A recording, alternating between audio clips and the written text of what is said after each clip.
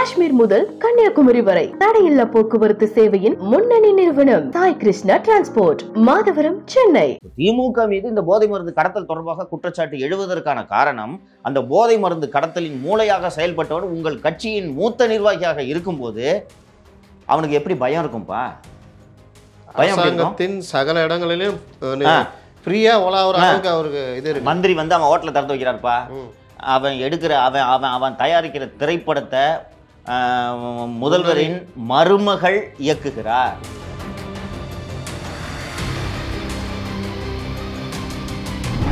International network இன்னொன்று, மும்பை குண்டுவெடிப்பு நடக்கும் வரை தாவூத் இப்ராஹிம் ஒரு கள்ளக்கடத்தல் பண்ணுறான். கரெக்டா? ஆமாம். அவருக்கு வேறு ஒன்றும் இன்னும் சொல்ல போனோன்னா அவர் புரவலராக பார்த்தவர்கள்லாம் உண்டு. தாவூத் பாய் யார் நம்ம ஊர்லேருந்து போய் அங்கே போய் அவரோட கல்யாணத்துக்குலாம் டான்ஸ் ஆட்டுலாம் வரல, அவரை புரவலராக தான் பார்த்தார்கள். டான் அந்த ஏரியாவில் வரைக்கும் எல்லாம் யோகிய சிறுபான்மை மக்களின் காவலர் அவர், அவ்வளோதான்.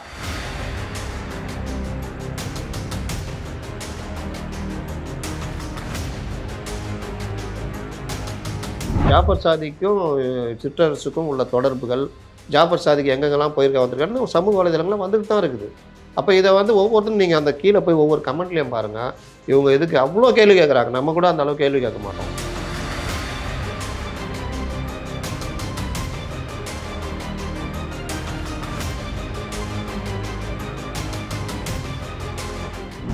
அப்போ உங்களோட பாசிச பாஜக எதிர்ப்புலாம் போலி தானேங்க? போலி தான். நீங்கள் அவங்கள போய் அவங்க ரகசிய கூட்டணி வச்சுருக்காங்கன்னு ஏடிஎம்கே பார்த்து சொல்லிட்டு இருக்கீங்க. யார் ரகசிய கூட்டணி வச்சுருக்குது? நான் இந்த மற்ற சிக்கல்கள் எல்லாம் விடுங்க. பிரதமர் தேர்தல் சமயத்தில் இன்னைக்கு வரும்போது இன்னைக்கு கோபேக் மோடின்னு ட்ரெண்ட் பண்ணா ஆப்டிக்ஸும் நல்லா இருக்குமா? பேசியார்.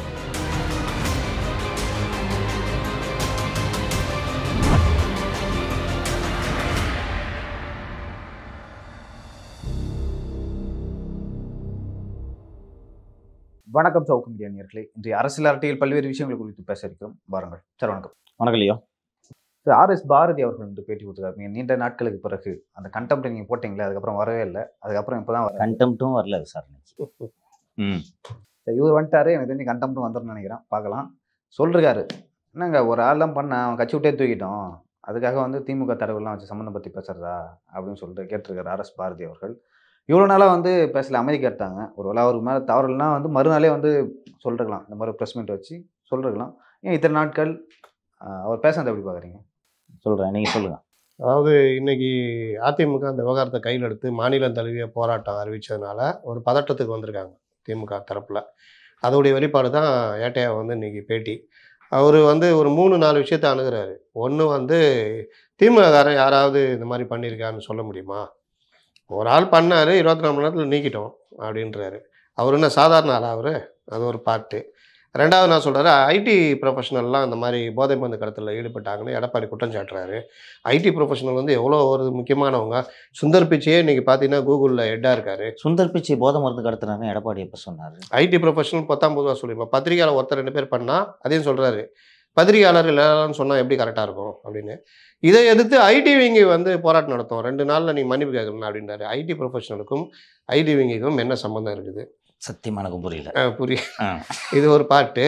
இன்னொரு பாட்டு என்ன? இப்போ ஐடி ப்ரொஃபஷனல்ஸ்னு சொன்னால் திமுக ஐடி விங்கு ஏன் வருது? அதை தான் கேட்குறேன். இரியா சிரிக்காதே. அதான் கேட்குறேன். ஐடி ப்ரொஃபஷனல்னால் சுந்தர் பிச்சை வரைக்கும் போயிட்டாரு. அவங்க வந்து படித்து பொறுப்பான பதவியில் நல்ல சம்பளம் வாங்குறாங்க. அவங்க போய் போதை மருந்து கடத்துவாங்களா அப்படின்னு. போதை மருந்து கடத்துறதுலாம் இவர் என்ன நினச்சிட்டு இருக்காரு? சரி, அவங்க போய் போதை மருந்து கடத்துருவாங்களான்னா போதை மருந்து கடத்துறவனை நீங்கள் ஏன் பொறுப்பு கொடுத்தீங்க? யாரோ ஒரு சாதாரண உறுப்பினரை குற்றம் சாட்டுவது போல திரு ஆர்எஸ் பாரதி அவர்கள் பேசிக்கொண்டிருக்கிறார். ஆமாம். அந்த நீக்கப்பட்ட சாதிக்கு வந்து திமுக அயலக அணியில் பொறுப்பில் இருக்கிறார். அயலக அணி என்றால் என்ன பொருள் சொல்லுங்க? வெளிநாட்டில் இருக்கின்ற வெளிநாட்டில் கட்சியை வளர்க்கணும், உலகம் பூரா வளர்க்கணும். அயலகம்னா இந்தியாவை தவிர்த்த எல்லா நாடுகளையும் வளர்க்கணும். இந்தியாவிலேருந்து வெளியில் போகிறதுக்கு என்ன வேணும்? பாஸ்போர்ட் வேணும். பாஸ்போர்ட் இருக்கா சாதிக்கிட்ட? அதான் முடக்கிட்டாங்க. அப்புறம் முடக்கியிருக்காங்க. பாஸ்போர்ட் இல்லாத ஒருத்தனை அயலக அணியில் ஏன்டா நிர்வாகி ஆக்குனீங்கன்னு கேட்டிங்கன்னா சுந்தர் பிச்சைக்கு இதுக்கு என்ன ஏன் சம்பந்தம்? ஏட்டையா லூஸ் ஆயிட்டாரா? அவனை நிறுத்த சொல்லு, நான் நிறுத்தேன் அப்படின்ற மாதிரி. இது என்னங்க லாஜிக்கு? இது வழக்கமாக ஏட்டையா சொல்கிற லாஜிக் தான். திமுகவின லாஜிக் தான். ஆனால் இப்போ அது பயன்பட மாட்டேங்குது. அதான் பிரச்சனை. முத்தலீஃப், நீங்கள் தான் எனக்கு சொல்லணும். நீயும் சொல்லு. தொடக்கத்திலே லியோன் சொன்ன அப்படி நீங்களும் சொன்னீங்க ரீசனை. இது ஒரு வாரம் ஆகுது. கடந்த திங்கட்கிழமை, இன்று அடுத்த திங்கட்கிழமை ஆயிடுச்சு. கடந்த திங்கட்கிழமை தான் டெல்லியில் ட்ரக் பஸ்ட் ஆகுது. ஆமாம். 7 நாட்களாக திமுக அமைதி காத்தது. ஆமாம். அன்னைக்கே நிரந்தர நீக்கம்னு சாதிக்க நீக்கினாங்க. அமைப்பு விதிகளை மீறிய நீக்கம் அது, நம்ம பேசிட்டோம் அதை. இப்போது ஏன் நீக்கணும், எந்த இதுவும் இல்லை. பத்திரிகையில் வந்த செய்திகளை வச்சு மாட்டிக்கிட்டாங்கன்னு சொல்லிட்டு நீக்கிட்டாங்கன்னு நினைக்கிறோம். ஒரு சாதாரண நிர்வாகியாக திரு ஜாஃபர் சாதிக் அங்கே இல்லை. ஜாஃபர் சாதிக் திமுக தலைவர்களோடு மிக சகஜமாக பழகியிருக்கிறார். இன்னொன்று, அங்கே கட்சியில் உள்ள இருக்கக்கூடியவங்ககிட்ட கேட்டது, திமுக சென்னையில் எந்த நிகழ்ச்சி வச்சாலும் ஜாஃபர் தான் ஃபண்டிங். ஜாஃபர் தான் ஃபண்டிங். அப்படி இருக்கும்போது எப்படி இதை சாதாரணமாக கடந்து போக முடியும்? இது என்ன ஒரு இந்த டி நகரில் இருக்க பகுதிக்குழு உறுப்பினரா ஜாஃபர் சாதிக்கு? சாதாரணமாக முதல்வரையும் உதயநிதியும் சாதாரணமாக போய் சந்திச்சுட்டு வர்றாரு. சேகர்பாபு அவர் ஹோட்டலில் திறந்து வைக்கிறாரு. சிட்டர்ஸ் அவர் கூடவே இருக்கிறாரு. நம்ம தானே முத்தலீஃப் கண்டுபிடிச்சோம். இதுக்குன்னு அன்பில் மகேஷ், ரவி, அபிராம் அப்படின்ற ஒரு ஏசியை நுங்கம்பாக்கத்துக்கு கொண்டு வந்து 1.5 லட்ச ரூபா பேசணும்ல. 1.5 லட்ச ரூபா மாமூல் முத்தலீஃப் பிரியாணி கிடைக்கும். பிரியாணி கிடையாது 1.5 லட்ச ரூபா மாமூல். சட்டவிரோதம் ஏதாவது பண்ணாதான் மாமூல் கொடுப்பாங்க. இல்ல மாமூல் கொடுப்பாங்க. அந்த வாசல வண்டி நிக்கிறதுக்கு ஏதோ ஒன்று கொடுப்பாங்க முத்தலீஃப். அது லோக்கல் பீட் ஆபீசர் தான். வாரத்துக்கு பெட்ரோல் வண்டி வந்துச்சுன்னா ஒரு 500 1.5 லட்ச ரூபாய் ஏசி எதுக்கு வாங்குறாரு? அந்த டைம்ல அந்த ஏசி சம்பந்தமா இதெல்லாம் நமக்கு தெரியாது. ஆரம்பத்தில் சொல்றேன், என்னங்க இந்த மாதிரிலாம் நடக்குது, இது பாருங்க அநியாயமா நடக்குது, இந்த ஒரு ரெஸ்டாரண்ட்டு இந்த சைடே டிராஃபிக் ஜாம் ஆகுது, இதெல்லாம் இந்த ஏசிலாம் கேட்க மாட்டாரா, அவர் மேலே நாங்கள் வந்து கம்ப்ளைண்ட் கொடுக்க வேண்டியது இருக்கும் அப்படி இப்படின்னா, ஏங்க ஏசியெல்லாம் ஒன்றுமே பண்ண முடியாதுங்க, அவர் அன்பில் மகேஷ் ஆளுங்க அப்படின்னு ஸ்டேஷன் ஆளுங்களே நம்மக்கிட்ட சொன்னாங்க. இந்த மாதிரி அவர் அன்பில் மகேஷ் ஆளு, அவரெல்லாம் ஒன்றும் பண்ண முடியாதுங்க அப்படின்னு. நம்ம அந்த டைமில் சாதாரணமாக விட்டுட்டோம். ஆனால் அன்பில் மகேஷ் சாதாரணமாக இருந்த காலத்தில் அவர் எப்போதெல்லாம் சென்னைக்கு வராரோ அப்போதெல்லாம் சிற்றரசுடைய வாகனம் தான் போவோம். அது மூலிமா தான் ரொம்ப நெருக்கம். அன்பில் மகேஷை வச்சு தான் சிற்றரசே உள்ள கட்சிக்குள்ளே நெருக்கமாகறாரு, உதயநிதி மற்ற இதெல்லாம். அதுக்கப்புறம் வந்து இவர் சிற்றரசு ஏரியாக்களை அவங்களுக்கு எந்த பிரச்சனையும் வரக்கூடாதுன்னு அன்பில் மகேஷ் அமைச்சரானோன்னு அவருடைய இதில் தான் அந்த ரவி அபிராம் வந்து நியமிக்கப்படுகிறார். இதுதான் கதை. இப்போ தான் டிரான்ஸ்ஃபர் ஆனார். ஆமாம். சிற்றரசு மூலமாக ஜாஃபர் சாதிக்கு ரொம்ப சகஜமாக எல்லா இடங்கள்லையும் உள்ளே பூந்து உளவி வருகிறார். நீங்கள் அவருக்கு அன்கண்ட்ரோல்டு ஆக்சஸ் போன வாரம் நீக்கிறதுக்கு முன்னாடி வரைக்கும் இருந்துச்சு. சாதாரண உறுப்பினர் போல் எப்படி கடந்து செல்கிறார்? இவங்க இன்னைக்கு ஆர்எஸ் பாரதியை வச்சு ரெஸ்பான்ஸ் கொடுத்ததுக்கு காரணம், ஒரு வாரமாக இவங்களால ரியாக்டே பண்ண முடியல. என்ன ரியாக்ட் பண்ணுவாங்க, எப்படி நியாயப்படுத்தி பேசுவாங்க? அவர் கேட்குறாரு, எந்த திமுக உறுப்பினராகனு சிற்றரசுக்கு என்ன பதில் சொல்ல போறீங்க, எம்எம் அப்துல்லாக்கு என்ன பதில் சொல்ல போறீங்க? அந்த இன்னும் ப்ரோபு தொடங்கல முத்தலீஃப். நான் அதை சொல்றேன், விசாரணை இன்னும் தொடங்கவில்லை. டெல்லியில் பிடிச்சாங்க, பிடிச்சிட்டு இங்கே வந்து சாதிக் வீட்டு சோதனை பண்ணிட்டு சீல் வச்சிட்டாங்க. சாதிக் அவரது சகோதரர்கள் சலீம், மைதீன் ஆகியோர் இப்போது வரை தலைமறைவு. தோண்ட தோண்ட புதையல் போல தகவல்கள் வந்து கொண்டிருக்கின்றன. போலி பாஸ்போர்ட் வழக்கு ஒன்று எழும்பூரில் நிலுவையில் இருக்கிறது. சாதிக் மேலே தெரியுமா? தம்பி மேலையும் இல்லையா, சலீம் மேலையும் சாதிக் மேலையும் எழும்பூரில் ஃபேக் பாஸ்போர்ட் கேஸ் இதில் இருக்கு. ஃபேக் பாஸ்போர்ட் கேஸில் சந்திச்சவனை எப்படி அயலகணிக்கு போடுறீங்க? எப்படி போடுறீங்க? அந்த கேஸில் யார் யார் அக்யூஸ்டுன்றதை சொல்கிறேன். சிசி ஆயிடுச்சு, இன்வெஸ்டிகேஷன் முடிச்சு 2017 கேஸு, செக்ஷன்ஸ்லாம் கூட சொல்கிறேன் நான். மொத்தம் 8 அக்யூஸ்டு. ராமு என்கிற ராமலிங்கம், ஜாஃபர் என்கிற ஜாஃபர் சாதிக்கு போதை, ஷஃபிக் அகமது, முகமது சலீம் தம்பி, குணா என்கிற குணராஜா, விமல் என்கிற விமலதாசு, முருகன், தனசேகரன் என்கிற தனசேகர், இவங்க மேலெல்லாம் இந்த கேஸு இங்கே பெண்டிங்காக இருக்குது. என்னென்ன செக்ஷன்ஸ்ன்றதை சொல்கிறேன். சென்னை சிசிபி மத்திய குற்றப்பிரிவு. நீங்கள் அனுப்பிச்சிங்களா எனக்கு? ஆமாம், கிரைம் நம்பர் உட்பட இருக்கு. 2017 கிரைம் நம்பரு. அதில் சில பேர் குண்டாஸ் கூட போனாங்க. 173 கீழ் 2017 சிசிபி கிரைம் நம்பரு. இதில் இவர் அக்யூஸ்டு 120B 420 கூட்டுச்சதி, போலி பாஸ்போர்ட், இது எல்லாம் இருக்குது. இப்படிப்பட்ட ஆளை எப்படிங்க நீங்கள் கொண்டு போய் அயலகாணியில் நீங்கள் போடுறீங்க? இது போடும்போது இவங்க ஆளுங்கட்சி, உளவுத்துறை எல்லாமே இவங்க கட்டுப்பாட்டில் தான் இருக்குது. இதுக்கு சாதாரணமாக தெரியுமே. பின்னணி கொடுத்து விசாரிக்க போகிறாங்க. இன்னொரு ஆங்கிள் சொல்கிறேன் நான். இளைஞர் அன்றைக்கி ஒருத்தர் நிர்வாகியாக போடுறாரு வடசென்னை பகுதியில் எங்கேயோ. அந்த ஆள் சேகர்பாபுக்கு பிடிக்காது. ம். நேராக போய் உதயநிதி கிட்ட சொல்லி இவனை மாற்றுன்னு சொல்கிறதுக்கு சேகர்பாபு ரெடி இல்லை. ம். சேகர்பாபு செந்தில்வேலன்ட்ட போய் பேசி இந்த ஆள் மேலே தப்பான வேலையெல்லாம் பண்ணிட்டு இருக்கான்னு ரிப்போர்ட் போடுன்னு சொல்லி ரிப்போர்ட் போட்டு அதுக்கப்புறம் உதயநிதிக்கு தகவல் போய் நிர்வாகியை மாற்றுறாங்க. இதெல்லாம் பண்ணுறீங்க. ஜாஃபர் சாதிக்கு உள்ள சிஎம் செக்யூரிட்டி பிரிச்சா இல்லையாங்க அது? ஆமாம். ஃபேக் பாஸ்போர்ட் கேஸு ட்ரக் பெடலிங்ட்டு மும்பை கோர்ட்டில் ட்ரையல் ஃபேஸ் பண்ணிட்டு இருக்கிற ஒருத்தனை சிஎம் விட்டு உள்ளே பூந்துட்டு வரான எப்படிப்பா நடக்குது இது? கிங் பின் அந்த அதிகாரி எழுதியிருக்காரு ஜாஃபர் சாதிக்கு பற்றி. அந்த இவரு கஸ்டம்ஸ் இல்லை கஷ்டம் அந்த தீர்ப்பில் master mind of this thing he is the kingpin விட்டா ஓடிடுவாருன்னு சொல்லிட்டு எழுதுறாங்க. நீங்கள் வீட்டுக்குள்ளே கூப்பிட்டு உட்கார வச்சுருக்கீங்க. சாதாரணமாக சுந்தர் பிச்சை கூட ஒப்பிட்டு எப்படி கடந்து போகிறீங்க நீங்கள்? இது என்னென்னா ஒரு வாரமாக என்ன பதில் சொல்கிறதுனே தெரில. அதிமுக இன்னைக்கு இது அதிமுகவே லேட் ரியாக்ஷனு. அதுக்கப்புறம் அவங்க இன்னைக்கு மாநிலம் தழுவிய அளவில் மாவட்ட தலைநகரங்களில் ஆர்ப்பாட்டம் நடத்தி கொண்டிருக்கிறார்கள். இங்கே இதில் பார்த்தேன், வள்ளூர் வட்டத்தில் பார்த்தேன், நல்ல க்ரௌடு இருக்குது. அவங்க ஹேஷ்டேக்கும் ட்ரெண்ட் பண்ணிட்டு இருக்காங்க. Say no to drugs, say no to DMK அப்படின்ற ஹேஷ்டேக்கையும் வந்து இவங்க இன்னைக்கு பண்ணிட்டு இருக்காங்க. வேறு வழி இல்லாமல் இன்னைக்கு ரெஸ்பாண்ட் பண்ணியிருக்காங்க. ரெஸ்பான்ஸும் எப்படி இருந்துச்சுன்றது தான் சொன்னாரே அவர். சுந்தர் பிச்சை கிந்தர் பிச்சைன்னு போட்டு உருட்டி நீ போதை மருந்து கடத்துறவனு எதுக்குடா நிர்வாகியாக போட்டிங்கன்றது கேட்டால் நான் சொன்னது போல் இன்னும் விசாரணை தொடங்கலை. பிரதமர் இன்று வருகை அல்லவா, பிரதமரின் வருகை முடிந்த பிறகு விசாரணை மிக மிக தீவிரமாக நடைபெற போகிறது. அன்றைக்கி ஏட்டையா என்ன விளக்கம் சொல்கிறாருன்றதை அன்றைக்கி பார்ப்போம். நம்ம சிசிடிவி ஃபுட்டேஜ்லாம் வச்சுட்டு அவர் வீட்டுக்கு யார் யார் வந்துட்டு போனாங்க, என்ன எடுத்துகிட்டு போனாங்கன்றத கொண்டு விசாரணை தொடங்குது அப்படின்னாங்க. முத்தலீஃப் ஒரு விஷயம் சொல்கிறேன், மல்டிபிள் ஏஜென்சிஸ் வரப்போகுது.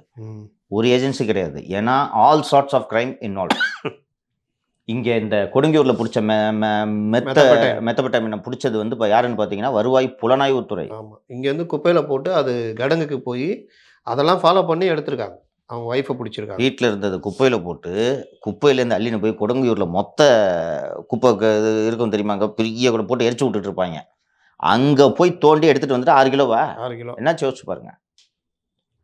இதை எப்படி எளிதாக கடந்து போயிட முடியும்? இன்னொன்று நீங்கள் குப்பையில் நானும் லியோவும் பேசும்போது அதை தான் சொன்னோம். மாட்டினது 5%, மாட்டினது நம்ம தகவலுக்கு வருது, நியூஸ் பேப்பரில் வந்துடும். மாட்டாமல் எத்தனையை காப்பாற்றி விட்டீங்க?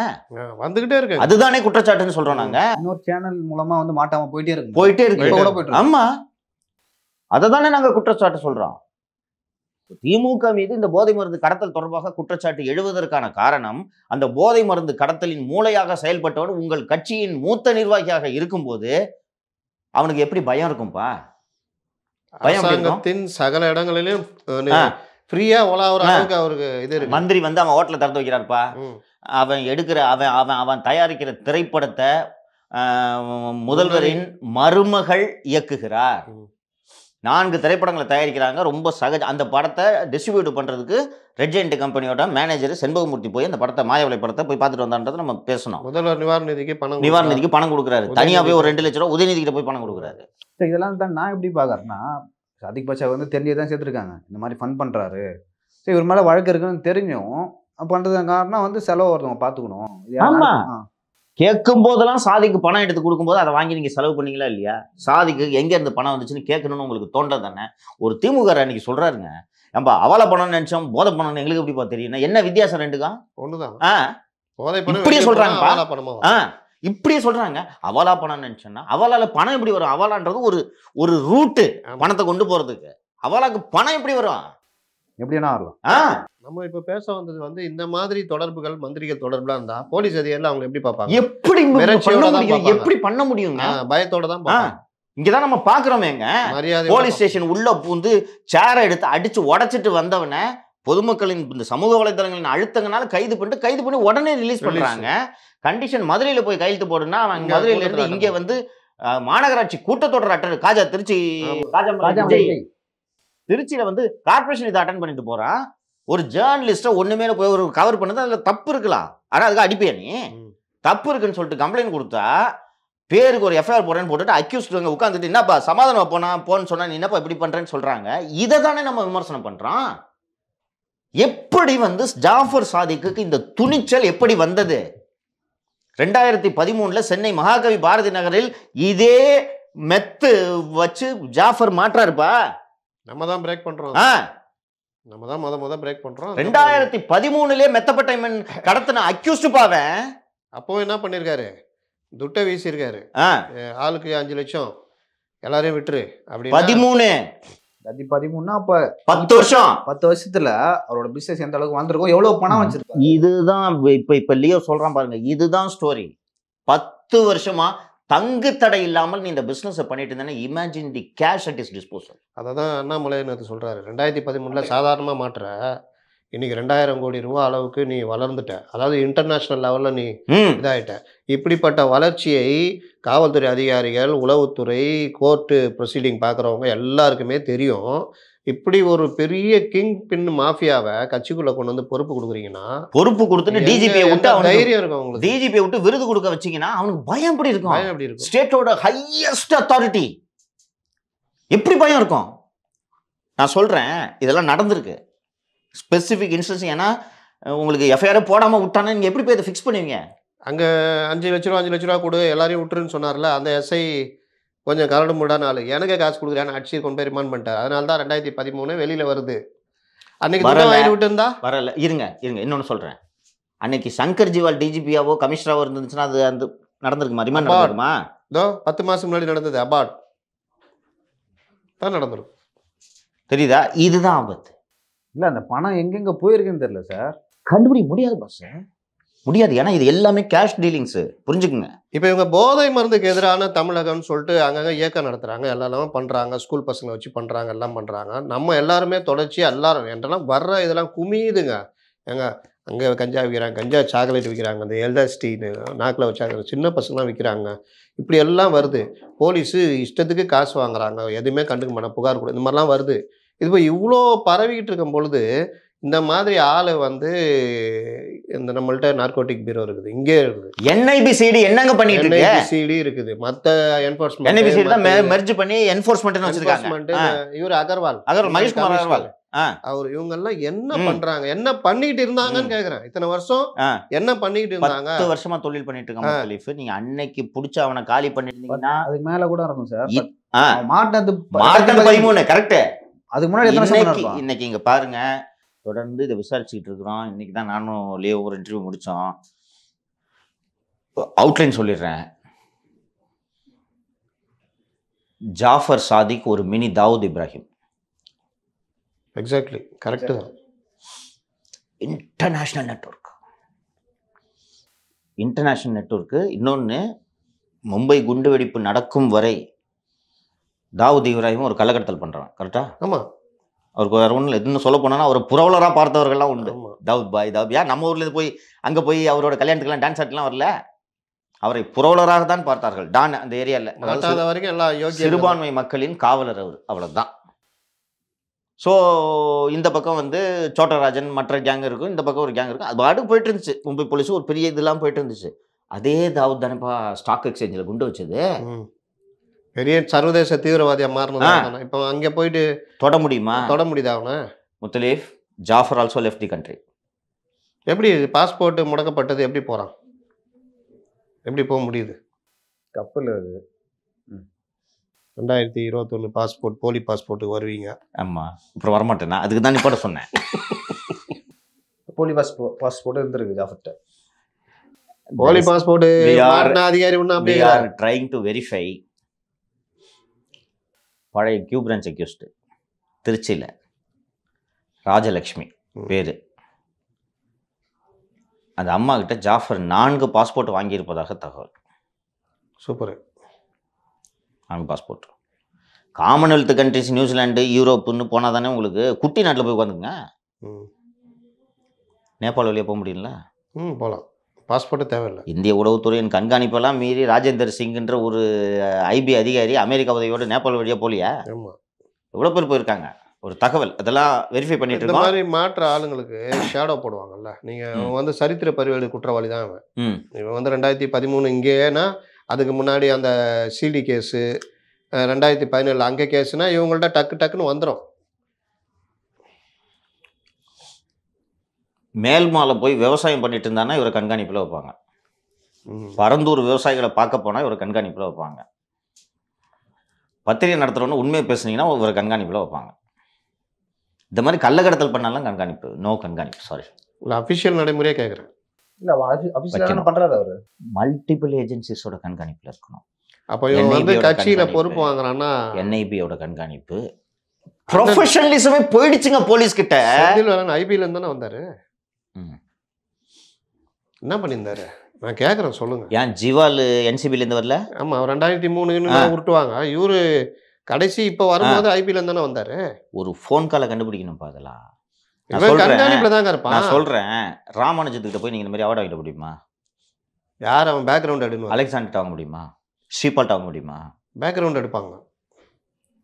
இன்னைக்கு ஏன் இது நடக்குதுன்னா அதிகாரிங்க கட்சிக்காரங்களா மாறிடுறாங்க. வேற ஒண்ணுமே இல்லை. ஆட்சி வந்தா அந்த கட்சி பக்கம் செஞ்சிடும். இல்லாட்டி யாரோ ஒருத்தர் குளத்தூர்ல ஒரு லேடி வந்து சர்வதேச இது காவல்துறைக்கு அவார்டு கொடுக்குறேன்னு அது வந்து உதயநிதி வாங்கி எவ்வளவு அன்ப்ரொஃபஷனல் ஆயிட்டு இருக்காங்க.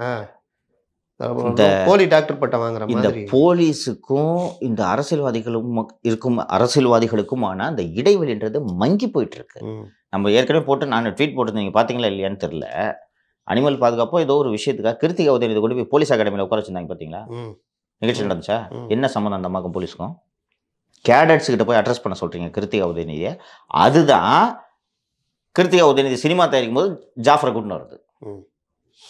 அப்போ ஒரு நல்ல அதிகாரி இருந்தால் இந்த அம்மா ஏன் இப்படி எதுக்கு இவங்களே எதுக்குங்க கூப்பிடணும்னு சொல்லிட்டு ஒரு அதிகாரி கேட்டிருந்தாருன்னா முடிஞ்சு போச்சு இல்லையா?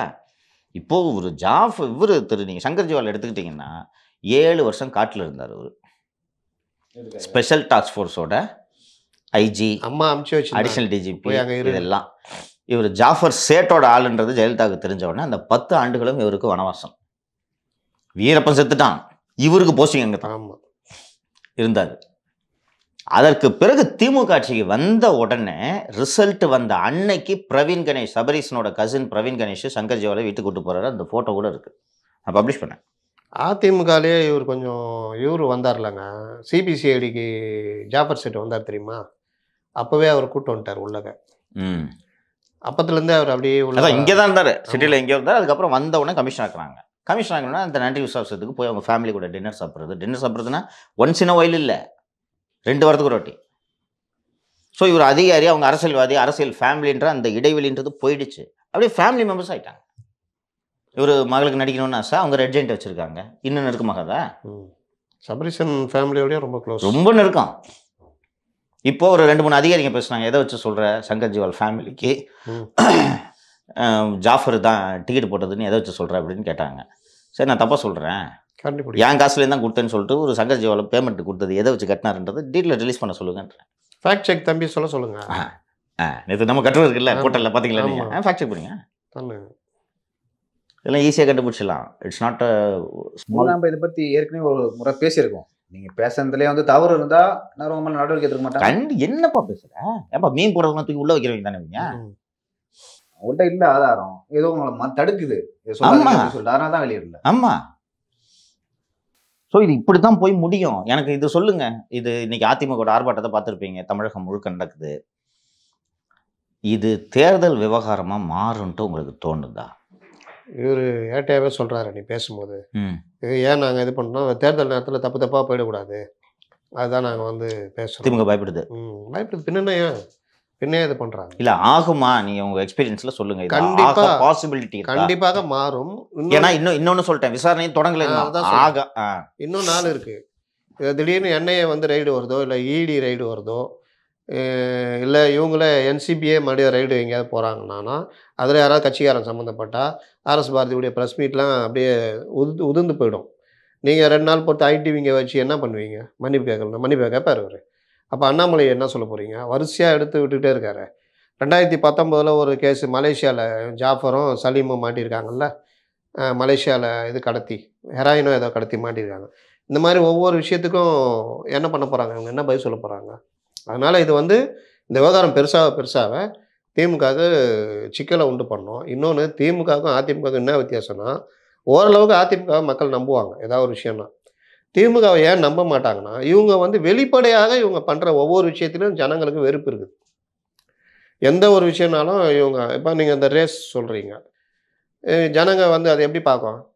நம்மளாம் எவ்வளோ கஷ்டப்பட்டு டிராஃபிக்கில் அவ்வளோ இது பண்ணுறோம், இவங்க ரேஸ் நடத்துகிறானா மனசுக்குள்ளே வச்சுக்குவாங்க. இப்போ இந்த மாதிரி விவகாரம்லாம் வரும்பொழுது, இல்லை நாங்கள் யோகியர்கள் நாங்கள் அப்படின்னா எப்படி நம்புவாங்க?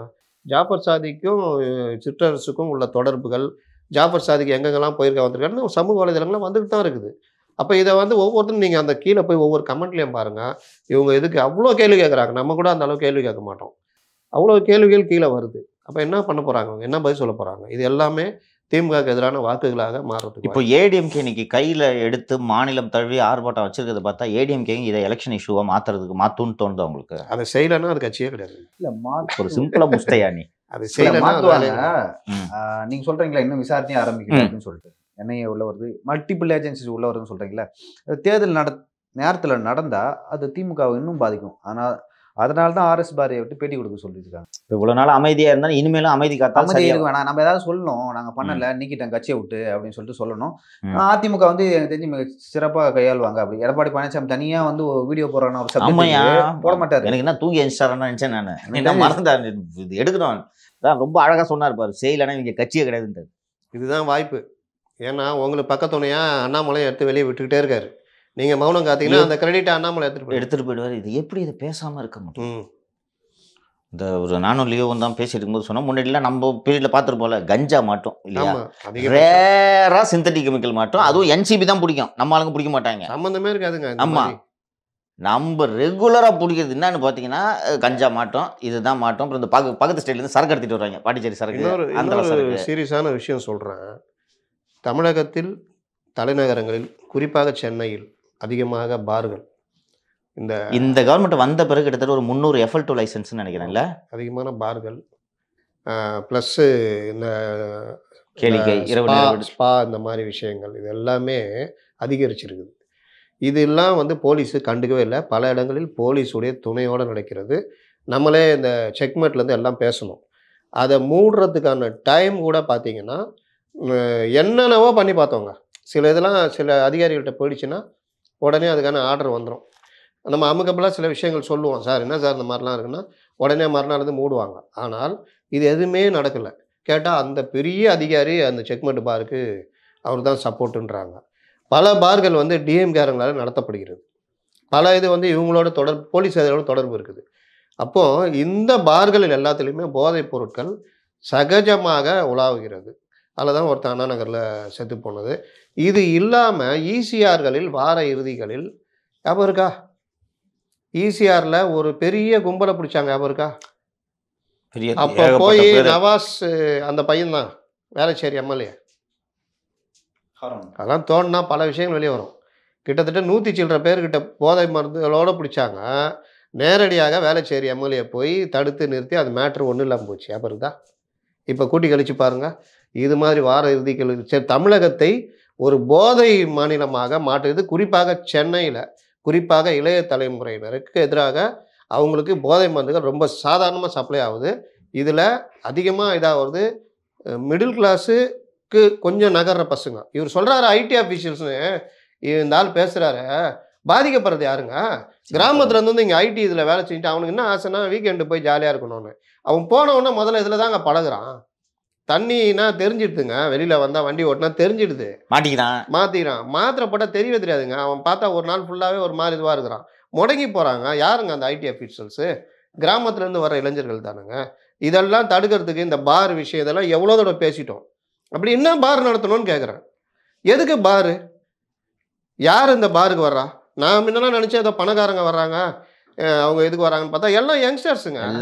அவனை பார்த்தாலே தெரியுதுங்க. அவன் இந்த ஒரு படத்தில் சொல்லுவான், என்ன ட்ரெஸ் பண்ணிட்டு போனாலும் மயில்சாமி கேட்பாப்புல, நீங்கள் வந்து ஆண்டிப்பட்டி ஆடுவாப்புல, எப்படி நான் கண்டுபிடிச்சேன் அப்படின்வாங்க. அந்த ஒரு படம் வரும். அந்த மாதிரி கிராமத்துலேருந்து படிச்சுட்டு இங்கே ஐடியில் அதில் வர்ற பசங்க இவங்க எல்லாமே வீக்கெண்டுன்னு வந்து இந்த மாதிரி மாட்டுறாங்க. அப்புறம் உனக்கு என்ன அக்கறை இருக்குது? இதுதான் இன்றைக்கி பெரிய பிரச்சனைங்க. இது வந்து பெரிய மாஃபியாவாக பரவி இருக்குது. இது எல்லா அதிகாரிகளுக்கும் தெரியுங்க. இங்கே சில அதிகாரிகள்லாம் பேசுனாங்க நேற்று நம்ம கட்டுரையை பார்த்துட்டு, நீங்கள் சொல்கிறதெல்லாம் நம்ப முடியல அப்படின்னாங்க. ஒரு பத்திரிகையாளர் ஒருத்தர் நல்ல அதிகாரிகளாக இருப்பாங்கன்னு நினைக்கிறாங்க. ஆமாம், நம்ப முடியல, அதிர்ச்சியாக இருக்குன்னாங்க. சில பத்திரிகையாளர்கள் பார்த்துட்டு உடம்புலாம் நடுங்குது படிக்கும்போது, இந்த அளவுக்கு இன்வால்மெண்ட் இருக்குது அப்படின்னாரு. நீங்கள் ஒரு மேக்ரோ வியூவில் எல்லா சம்பவங்களையும் சேர்த்து பார்த்தீங்கன்னா தெர் இஸ் அ பேட்டர்ன் அப்படின்றது தெரிய வரும். இப்போ நாங்கள் 2 பேரும் பேசுனது மாதிரி சிந்தட்டிக் ட்ரக்ஸு மாட்டுவது அதிகரித்திருக்கிறது. எங்கே மாட்டினாலும் தமிழ்நாடு கனெக்ஷன் ஒன்று வருது. 3000 சொச்சம் கிலோ 25,000 கோடி மதிப்புள்ள ஒரு ஹையஸ்ட்டு கேட்சை வந்து டிஆர்ஐ பிடிச்சிச்சின்னா இங்கே வலசரவாக்கமோ விருகம்பாக்கத்தில் இருக்க 2 கம்பல், மச்சாவரம் சுதாகர், வைஷாலியோ ஏதோ ஒரு அவங்க பேர். இங்கே சென்னையில் இருக்க கப்புல் அவங்க தான் ரிசீவர் இந்த கன்சைன்மெண்ட்டை. அப்புறம் அது விஜயவாடா கனெக்ஷன் வந்துச்சு. அதற்கு பிறகு பிடித்தது எங்கன்னா தமிழ்நாடு பக்கத்தில் போட்டை வச்சு மாற்றுறாங்கன்ட்டு வருது. அண்டு ஜனவரி மாதம் ராமநாதபுரத்தில் ஒரு மெத்து கன்சைன்மெண்ட்டு, அண்ணா நகரில் 1 கிலோ கோக்கு. இந்த கோக்கெலாம் மாட்டோம் 100 கிராம் 150 கிராம் இப்படி மாட்டோம். 1 கிலோ 2 கிலோன்றதுலாம் சர்வசாதாரணமாக ஏன் இங்கே வருது? இங்கே மீண்டும் மீண்டும் ஓரளவுக்கு பிடிபடுறது கணக்கை வச்சே பார்த்தா இங்கே பிடிபடுகிறதுனால அங்கே இப்போ இங்கே சென்னையில் கன்சம்ஷன் அதிகமாக இருக்குது, டிஸ்ட்ரிபியூஷன் அதிகமாக இருக்குது, பிஸ்னஸ் அதிகமாக இருக்குது. அதற்காக இளைஞர்களை வசியப்படுத்துகிறாங்க. ஆமாம், அதிகமாக இருக்குங்க. அப்போது police, politicians and the drugs smugglers nexus இல்லாமல் ஏன் இந்த புழக்கம் அதிகமாகுது? இந்த துறைக்கான இந்த காவல் அதிகாரிகள் என்ன பண்ணுறாங்க? ஒரு வாட்டி ஞாபகம் இருக்கா முத்தலீஃபு, அண்டர் 18 எல்லாம் டிஜே பார்ட்டி வைக்கிறாங்கன்னு சொல்லிட்டு சென்னையில் ஒரு ஹோட்டலுக்கு போட்டு விட்டு பிடபிள்யூ சிட்டி போலீஸ் 2 ரைடுக்கு போய் அந்த இது கெடுத்து விட்டாங்க. நம்ம கிண்டி பக்கத்தில் அதான் பிரீசாவா, இது என்ன ஹோட்டல்? லீ மெரிடியன் ஏதோ ஒன்று, அதான் ஹோட்டல் 2-3 இது நம்ம பஸ்ட் பண்ணோம். நம்ம போட்ட உடனே இன்னைக்கு மதியம், அதுவும் எப்படின்னா ஒர்க்கிங் டேல வெள்ளிக்கிழமை வைக்கிறாங்க முத்தலீஃப். வெள்ளிக்கிழமை மதியம் 12 மணிக்கு ஸ்டார்ட் பண்ணால், வெள்ளிக்கிழமை ஸ்கூல் இல்லை, எல்லா பிள்ளைங்களும் ட்ரெஸ் போட்டு வந்து ஜாலியாக சின்ன பசங்க வெள்ளிக்கிழமை அன்ரேஜ் அனுமதிச்சுட்டு இருக்காங்கப்பா. 21 ஆகணும்ல. வெள்ளிக்கிழமை மட்டும் ஒர்க்கிங் டேன்றதுனால அன்னைக்கு அன்ரேஜ். சாட்டர்டே சண்டே நார்மல் பார்ட்டி நடக்கும். இது நடந்து சிட்டி போலீஸ் போய் பஸ்ட் பண்ணுச்சு. இது ஏன் இங்கே இது அதிகரிச்சிருக்கு? இவங்களே என்கரேஜ் பண்ணுறாங்க. ஒரு ரீசன் இருக்கணும்ல. ஆமாம், ஒரு திடீர்னு பார்த்தா அப்போது ஏன் இந்த மாதிரி அடிக்கடி வந்து இந்த மாதிரி ட்ரக்ஸ் மாட்டுது? அண்ட் அந்த ட்ரக்ஸில் இன்னைக்கு ட்ரக்கில் மாட்டியிருக்கக்கூடிய ஒரு நபரோடு தமிழகத்தின் காவல்துறை தலைவர், இயக்குனர் நெருக்கமாக இருக்கிறார். கடத்தரவன் ஆளுங்கட்சி பிரமுகராக இருக்கிறார். லயோலா காலேஜிற்கு சப்ளை பண்ணிக்கிட்டு இங்கேயே வந்து பண்ணிட்டு இருக்கிறான்ற தகவல்லாம் வருது. போலீஸ் நெக்ஸஸ் இல்லாமல் இது எப்படி நடக்கும்? இதில் இன்னொரு விஷயம் என்னென்னா, கல்லூரியில் படிக்கிற மாணவர்கள் வருமானத்திற்காக சப் ஏஜென்ட்டுகளாக மாற்றப்படுகிறார்கள். அவங்க வந்து இவ்வளோ வாங்கலாம், ஒன்ஸ் நீங்கள் அடிக்க ஆரம்பிச்சுன்னா you will become agent, seller, அவ்வளோதான் முத்தலீஃப். இங்கே அதான் நான் சொல்கிறேன் இல்லை, இந்த கால் ஸ்டாம்ப்பு 7000 ரூபாய். காலேஜ் படிக்கிற பையனுக்கு எத்தனை நாள் 7000 ரூபாய் செலவு பண்ணுவோம்? அதான் செயின் பறிக்கிறது, மற்ற விஷயங்கள் இறங்கும், அங்கே தான் போகும். அதான் சிக்கல். பணத்தை எப்படியாவது தேர்த்தணும். இது ஒரு பெரிய சோஷியோ சைக்காலஜிக்கல் எஃபெக்ட் இதில் ஏற்படும். எனக்கு இன்றைக்கி அந்த கிரேவிங் வரும், எனக்கு இன்றைக்கி ட்ரக் வேணும், அவ்வளோதான். ஐ டூ எனிதிங், என்ன வேணால் செய்வாங்க, எனிதிங். இன்னொன்று பாருங்கள், சமீப காலமாக சென்னையை ஒட்டிய புறநகர் மற்ற பகுதிகளில் கார் ஆக்சிடென்ட் அதிகமாக நடக்குது. பார்த்துருக்கீங்களா? பணக்கார வீட்டு பசங்க போய் காரை அது ஏதோ திமிர் எடுத்து ஓட்ட தெரியாமல் போவாங்க. கிடையவே கிடையாது. இந்த மாதிரி பார்ட்டி அட்டன் பண்ணிட்டு போதையில் போகிறவங்க, அவங்களுக்கு வந்து நீங்கள் வந்து இந்த ஆல்கஹாலிக் போதை வந்து பெருசாக ஒன்றும் தெரியாது, டிடெக்ட் பண்ண ஆல்கஹாலும் இப்போ யாரும் அவ்வளோ பெருசாக இது பண்ணுறதில்ல, மாட்டிக்கிறோம் அதுன்னு. இந்த மாதிரி யூஸ் பண்ணிட்டு போகும்போது போலீஸ் இதுலேயும் தெரியாது.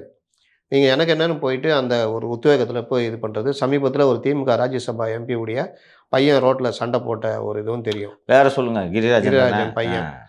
அப்போ சொல்லுங்க, இது மாதிரி விஷயங்கள் அதிகமாக ஆக்சிடென்ட் நடக்கிறது, அப்பாவி மக்கள் சாவது. ஒரு பக்கம் மது போதை இருந்தாலும் இன்னொரு பக்கம் இந்த மாதிரி விஷயங்களுக்கு மிகப்பெரிய சமுதாய தீங்கு முத்தலீஃப். இது இந்தியா வந்து மிகப்பெரிய இளைஞர்கள் கொண்ட நாடு. ஜப்பான்லாம் பார்த்தீங்கன்னா இன்னைக்கு எல்லாம் முதியோர்கள் அதிகமாக இருக்க நாடு. சீனாலேயே வந்து அவங்க ஒரு சில ஆண்டுகளுக்கு, சில 10 ஆண்டுகளுக்கு முன்னாடி ஒரு குழந்தை தான் சொல்லி இன்னைக்கு ஒர்க் ஃபோர்ஸ் இல்லை. ஆனால் உழைக்கக்கூடியவர்கள் இல்லை, வயசானவங்க இருக்காங்க. இந்தியாவில் அதிகமாக இளைஞர்கள் இது கொண்ட நாடு. இந்தியாவை குறிவைத்து இந்திய இளைஞர்கள் முடக்கப்பட வேண்டும் என்கிற எண்ணத்தில் அந்நிய சக்திகள் அதிகமாக ஈடுபடுவாங்க. எல்லா நாடுகளும் பண்ணது. அதற்கு கொஞ்சம் கூட கவலையப்படாமல் இவங்க எல்லாம் துணை போகிறாங்க. உட்காந்து நீ யோசிச்சு இதெல்லாம் நடக்குதே, இதை நம்ம சரி பண்ணணும், ஒரு சிஸ்டமிக் சேஞ்ச் வரணுன்ட்டு நினச்சி நீங்கள் பண்ணிங்கன்னா சரியாயிடும். ஆனால் உங்களோட எண்ணம்லாம் எப்படி இருக்குது? இந்த ஷேரை விட்டு என்ன நகர்த்தக்கூடாது, இதுலேருந்து என்னை மாற்றினா இதை விட நல்ல பதவிக்கு போகணும், அதுக்கு யாரை பிடிச்சா எனக்கு இந்த பதவி கிடைக்கும், யாரை பிடிச்சா என்னோட இந்த பதவிக்கு ஆபத்து வராது, இதை விட நல்ல பதவிக்கு எப்படி போகிறது, நல்ல பதவிக்கு ட்ரை பண்ணுற அவனை எப்படி காலி பண்ணுறது, அப்போ இந்த பதவிக்கு நான் வர்றதுக்கு எப்படி யாரை பிடிச்சா வரணுமோ அவங்கக்கிட்ட போய் நான் எப்படி கூட கும்பிடு போடுறது, அவங்க என்னென்ன வேலைகளை சொன்னாலும் நான் எப்படி செஞ்சு தந்து அவங்கள ப்ளீஸ் பண்ணுறதுன்ற மூடுக்கு எல்லா அதிகாரிகளும் வந்துட்டாங்க. அதே மாதிரி அரசியல்வாதிகள், தமிழக அரசியல்வாதிகள் சாதாரணமாக நீங்கள் நம்ம முன்ன பார்ப்போம், அவங்க ஒரு வேஷ்டி சட்டை கட்டிட்டு சாதாரணமாக இருப்பாங்க, போவாங்க வருவாங்க, அதிகபட்சம் அதான் விழாவில் கலந்துப்பாங்க, வீட்டுக்கு போவாங்க வருவாங்க. ஆனால் இன்றைய அரசியல்வாதிகள், குறிப்பாக இளந்தலைமுறை அரசியல்வாதிகளுக்கு வேறு முகம் இருக்கிறது. அவர்கள் உடை முதல் கொண்டு வேறு வடிவம் இருக்கிறது. நள்ளிரவு பார்ட்டிகள், இந்த மாதிரி பப்பு, இதிலெல்லாம் வந்து அமைச்சர்கள் லெவலில் இருக்கிற சில பேர் கலந்துக்கிறதுலாம் கூட நடக்குது. யார்? மகேசன் தானே. அப்போ இந்த மாதிரி விஷயங்கள் நள்ளிரவில் கிளம்புறது, போகிறது, சுற்றுறது, இந்த மாதிரி இதெல்லாம் வந்து எப்படி நம்ம வந்து இவர்கள் எப்படி சமுதாயத்தை பார்ப்பார்கள்? அதாவது இப்போ நீங்கள் அந்த இதில் இல்லை, அந்த பழக்கத்தில் இல்லை அப்படின்னா உங்களுக்கு அக்கறை இருக்கும். நீங்கள் அந்த பழக்கத்தில் இருந்தீங்கன்னா அந்த விஷயத்தை சாதாரணமாக பார்ப்பீங்க. அப்படி சாதாரணமாக பார்க்குற மூடில் தான் பெரும்பாலும் இருக்காங்க. இது என்னங்க பெரிய விஷயம் போயிட்டு பேசிக்கிறானுங்க அப்படின்னு. இந்த அளவுக்கா சொசைட்டி மாறி போச்சுன்னு ரொம்ப அதிர்ச்சியாக இருக்குது முத்தலி. கிட்டத்தட்ட ஒரு 20, 25, 30, 40 வருஷம் சொல்லலாம். மது போதைக்கு அடிமையாகக்கூடிய விளைவு இன்றைக்கி 40, 45 வயசில் யாரும் செயல்பட முடியாமல் ரொம்ப ஹார்ட் ஒர்க் எதுவும் பண்ண முடியாத முடங்கி போன இளைஞர்களாக வட இந்தியாவில் வட மாநிலத்திலேருந்து வந்து இங்கே ஒர்க் பண்ணுறாங்கன்னா காரணம் இவங்க அதுக்கு எல்லாத்துக்குமே தயாராக இல்லை. இந்த உடல் உழைப்புக்கான ஒர்க்கில் இவங்க தயாராக இல்லைன்றது தான் இது. அதை விட்டுட்டு வட மாநில அதுக்கு அதிகம் ஆதிக்கம்ன்றாங்க. அவன் உழைக்க தயாராக இருக்கிறான், உழைக்கிறான். அந்த உழைப்பு சுரண்டல் தனி, அது தனியாக நடக்குது. அவனே தான் சுரண்டுறாங்க. அதே சமயத்தில் இது மாதிரி வேலைக்கு இப்போ கொத்தனார் வேலைலாம் எடுத்துக்கிட்டிங்கன்னா கடினமான ஒர்க்கு அது. காலையிலேருந்து ஈவினிங் வரைக்கும் வெயிலில் ஒர்க் பண்ணோம். இப்போ அதுக்கு கூட இவங்க எல்லாம் வந்தது காரணம் ஒரு செட்டு வந்து இந்த மாதிரி இறங்கி ஒர்க் பண்ணுறதுக்கு தயாராக இல்லை. ஏன்னா மது அவர்களை அழியாமல் அவர்களை முடக்குகிறது. சின்ன வயசுலேருந்து அடிச்சுட்டு வந்தது. இது ஒரு பார்ட்டுனா இப்போ ஆரம்பிச்சு இது வந்து எனக்கு தெரிஞ்சு ஒரு 5-6 வருஷமாக 2013 அவன் மெத்தோட மாட்டிருக்கானா, கொஞ்சம் கொஞ்சம் இருந்திருக்கும். இல்ல அதான் கொஞ்சம் கொஞ்சம் இருந்திருக்கும். இன்னைக்கு அவரு போயிட்டார்ல. இந்த பாரு நீங்க நம்ம கூட எப்பாவது நைட்டு எடுக்கலாம். ரொம்ப வருத்தமா இருக்குது. அந்த பொண்ணுங்கெல்லாம் வந்துட்டு அப்படியே தள்ளாடிட்டு உளுந்து எந்திரிச்சு நீங்கள் 12 மணிக்கு மேலே அங்கே போய் நின்னாலே தெரியும் பாருங்கள்ல. ரொம்ப கொடுமையாக இருக்குது. அப்படியே எல்லாம் பார்த்தா ரொம்ப பணக்காரங்களாம் கிடையாது, சாதாரண கார் தான் எடுத்துகிட்டு வராங்க. ஒரு 4-5 பேர் இருக்காங்க, 2 பொண்ணுங்க 3 பசங்க அப்படி இருக்காங்க. தள்ளாடிட்டு வர்றாங்க, காரில் ஏறி போகிறாங்க. அவங்க போகிற கார் ஆக்சிடென்ட் ஆனால், இல்லாட்டி அவங்க போய் யாராவது ஒரு அப்பாவி மேலே மோதினா, இல்லை அந்த ஃபேமிலி இவங்களை நம்பி வேலைக்கு அமைச்சிருக்காங்க, ஊரில் இருப்பாங்க அந்த பொண்ணுங்க, நம்ம பொண்ணுங்க வேலை செய்து நினச்சிக்கிட்டு இருப்பாங்க. இது மாதிரிலாம் இளம் தலைமுறையினரை வீணடிக்கிறாங்க.